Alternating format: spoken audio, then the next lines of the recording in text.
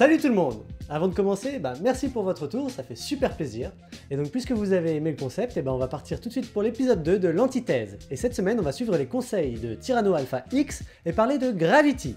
Réalisé en 2013 par Alfonso Cuarón, le même qui a réalisé le magnifique troisième volet d'Harry Potter et surtout Les Fils de l'Homme qui était son dernier long métrage jusqu'alors. Encore une fois, comme beaucoup de monde, je l'ai tout simplement adoré. Vu dès sa sortie, ma seule déception a été de le voir en français et en 3D. Allez-y les haters, faites-vous plaisir et dites-moi à quel point il est fait pour la 3D et que sans ça sert à rien de le voir. Bref, oui, je l'ai adoré, j'ai été époustouflé par la qualité technique du machin. Mais... on va déjà parler du truc le plus inutile du scénario, le personnage principal. Oui, ça commence bien. Nommé Ryan et interprété par Sandra Bullock, son rôle sur le papier est on ne peut plus simple. Une astronaute formée à réparer des trucs sur le satellite Hubble et dont c'est la première sortie dans l'espace. Soyons d'accord, si le personnage s'en était tenu à ça, tout aurait bien fonctionné. Son manque d'expérience aurait permis aux spectateurs de s'identifier à mort à celui-ci, car ce ne sont pas non plus tous les spectateurs qui sont allés dans l'espace. Et ce, sans compromettre la raison de sa présence ici. Le tout est finalement très cohérent. Mais pourquoi vouloir ajouter cette putain d'histoire avec sa fille?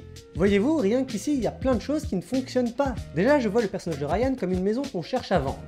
La déco ne doit pas être trop personnelle afin de permettre au potentiel acheteur de s'y projeter. Ici, c'est pareil. Mais c'est raté.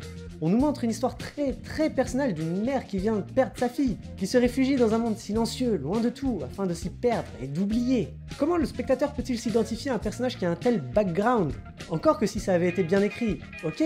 Mais là, non, justement. Les éléments concernant la vie de Ryan sont tout juste survolés, à peine évoqués. Sauf quand c'est pour justifier l'envie du personnage de retourner sur Terre. Souvenez-vous, quand à la toute fin elle pénètre dans l'atmosphère, dans la capsule chinoise, priant pour ne pas brûler avec celle-ci. Moment durant lequel les dialoguistes s'en sont donnés à cœur joie avec un monologue ma foi totalement improbable de Ryan parlant au fantôme du personnage de Clooney, qui selon ses dires trouvera au paradis la fameuse fillette.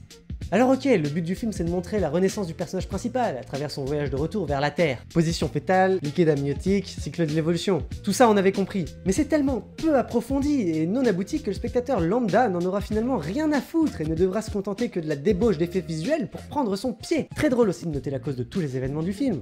Les Russes. Et non, ce n'est pas juste un détail.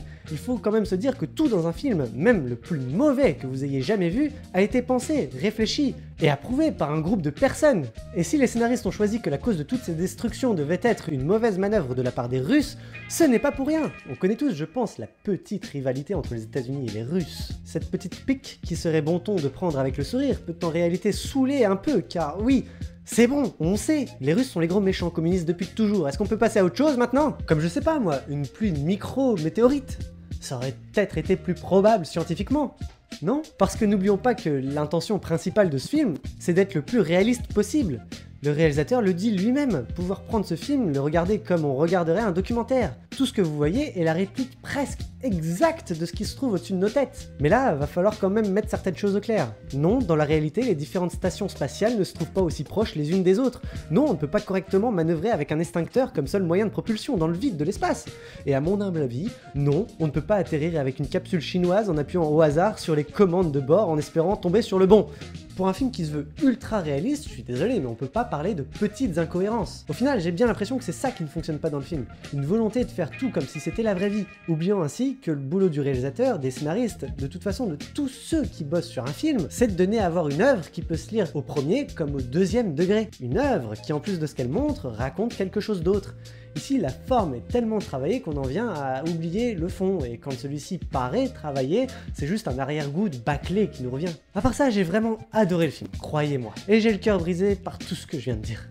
Voilà les amis, c'est tout pour aujourd'hui. J'espère que cette émission vous aura plu. Si c'est le cas, laissez un grand j'aime. Aidez à faire connaître la chaîne en partageant. Et si tout ce que je raconte vous intéresse, abonnez-vous. N'oubliez pas que c'est vous qui choisissez le film dans l'antithèse. Alors hop, dans les commentaires, faites-moi vos propositions, j'en choisirai un au hasard. On se retrouve bientôt pour l'épisode 13 de C'est pas si mal. Alors, en attendant la prochaine, portez-vous bien. Ouais. Du coup, oui, ça va.